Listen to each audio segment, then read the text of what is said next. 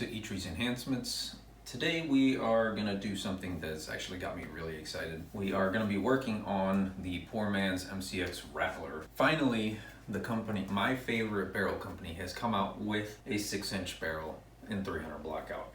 And one of the main reasons they have been my favorite barrel manufacturer has been because they don't shy away from overgassing your barrel. The majority of the ammo that I shoot is the cheap stuff. I firmly believe that there's only one true consumable item on a firearm, so why would you spend that much money on the one consumable? Train with the cheap stuff, have some of the good stuff for self-defense. With that being said, one of my biggest issues with Ballistic Advantage has been, pretty much everything. I've had 4 different items from Ballistic Advantage, and they've all had their own fair share of issues. But number one with their barrels is always undergassed.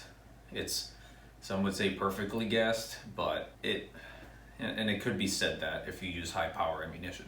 And then, yeah, in that case it's perfectly gassed, but for everything else, it is severely undergassed. And it is a problem because fixing an undergassing problem requires tooling and knowledge and, the ability to do so. Whereas when you deal with an overgassing problem, there's things like adjustable gas blocks, there's adding mass to your bolt carrier or buffer, adding spring weights, bleed off bolt carrier groups. There's whole different ways of solving overgassing, but not undergassing. Undergassing requires you to drill out the gas port, which is a very sketchy thing to do, and it voids your manufacturer's warranty, your barrel warranty. I ended up having to void the warranty on my Ballistic Advantage barrel because the gas port was too small. So I drilled out the gas port and it's been excellent ever since. I actually have a video on what I had to do to make this thing run perfectly. With that being said, I am very excited about the Faxon 6-inch 300 blackout barrel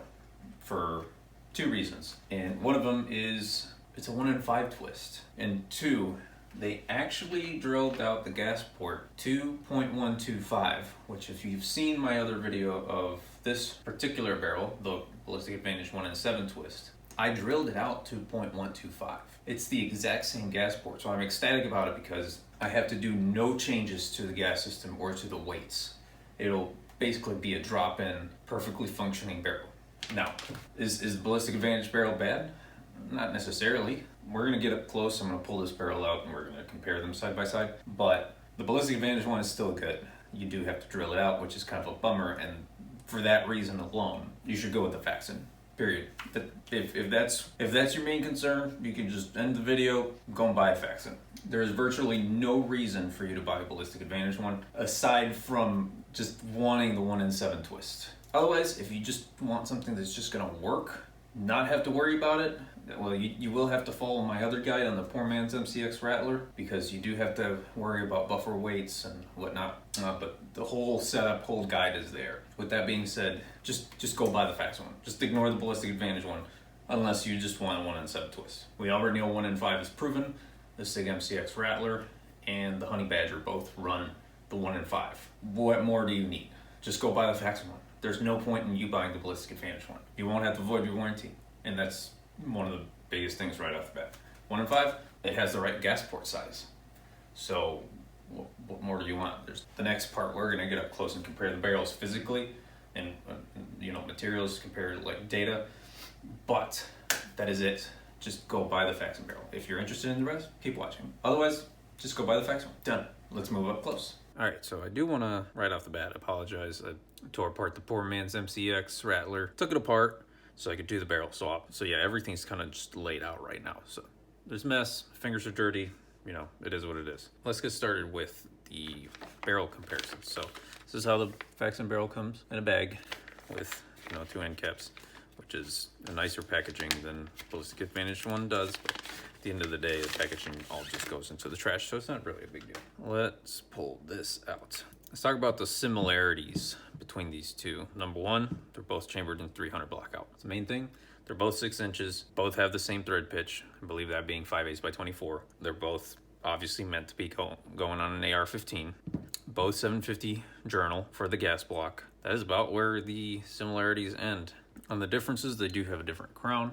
This one is considered a match barrel, while this one's just a regular 4150. And then this one is a 416R stainless, which does have the nickel Teflon barrel extension, which at the end of the day doesn't really mean much to me. This is a gunner profile. This is a, I don't even know what to call this profile, but it's substantially heavier. Faxon is very well known for trying to lighten their barrels from pencil barrels or gunner profiles. The gunner profiles basically means it's a government profile in the back and then a pencil in the front, which obviously there's not much front to this, so it's just a government profile in the back. That being said, there is a small difference in the barrel extensions, but I believe Ballistic Advantage has what they call a 300 blackout feed ramp, which is slightly wider than the standard feed ramp on the one on the Faxon. I don't think that's going to matter at all, but it is something to consider. It does cause the feed ramps to sit a little bit deeper, which could be beneficial depending on what kind of upper receiver you're running. Not a big deal, not anything worthwhile. Not anything's gonna make a difference. If you're doing this purely off of weight, then obviously the gunner profile is substantially better than this. But one of the key differences between these two barrels, as far as things that could cause problems, is the fact that the Ballistic Advantage one comes with a 0.110 gas port diameter, and that is not enough. So I actually had to drill this gas port to 0.125, and I did this several months back. And then last week, Faxon came out with their barrel, and I got it directly from one of their team members. I emailed them asking them about it because I was curious. Before I even bought it, I sent it out. I'm like, you know what? I'm just going to buy it because if I have to drill out the gas port anyway, I know what to drill it to. But it turns out that they're drilling the gas ports to the same size that I drilled the Ballistic Advantage one to. So this is going to be a direct swap for me. I am losing some weight, and I'm kind of happy about it. There's also the difference that this is a 1-in-7 twist, and this one is a 1-in-5 twist, which is excellent for me because it's the twist that is most known to just work with absolutely everything. Sig Sauer runs them on all their MCX platforms, and so does the Honey Badger, which, if you know Q, they're the ones who originally designed the 300 blackout round in the first place. So I personally think that it's the twist to get. So there is a price difference between these two. When I first bought this was $150, but you can get them at a discount at like $130. I've seen them as low as $120, I think. If your goal is to save money, then this is probably the best bet, but you will have to drill out the gas port, and depending on your abilities and your tools, it might actually cost you more. So honestly, just for the twist rate alone, and the fact that you don't have to drill out your gas port, you should just completely skip this one. Just honestly, just completely ignore this one. Let's do a quick weight comparison. Can you see that? Cool. All right, so starting with the BA. 13.6 ounces. 13.7, sorry. Let's go with this one. 11.4 ounces. So 2 ounces. It's a substantial amount, especially off the front, which definitely helps with the law folder adapter, which is heavy in itself. So something to consider. Now, will this perform better with suppressor? Probably, but this barrel's so short, it's really not going to matter. That's that. So I'm going to put it on my build. I am actually going to put a BCM upper receiver on it because I like the thermal fit, and I have this one from a build that I took apart. So I'm going to be swapping dust covers because I use the bootleg bulk carrier, and the cut on this doesn't allow this dust cover to close all the way, so I have a modified dust cover. I don't feel like modifying this BCM one, so I'm just going to transfer it over. But yeah, that is it.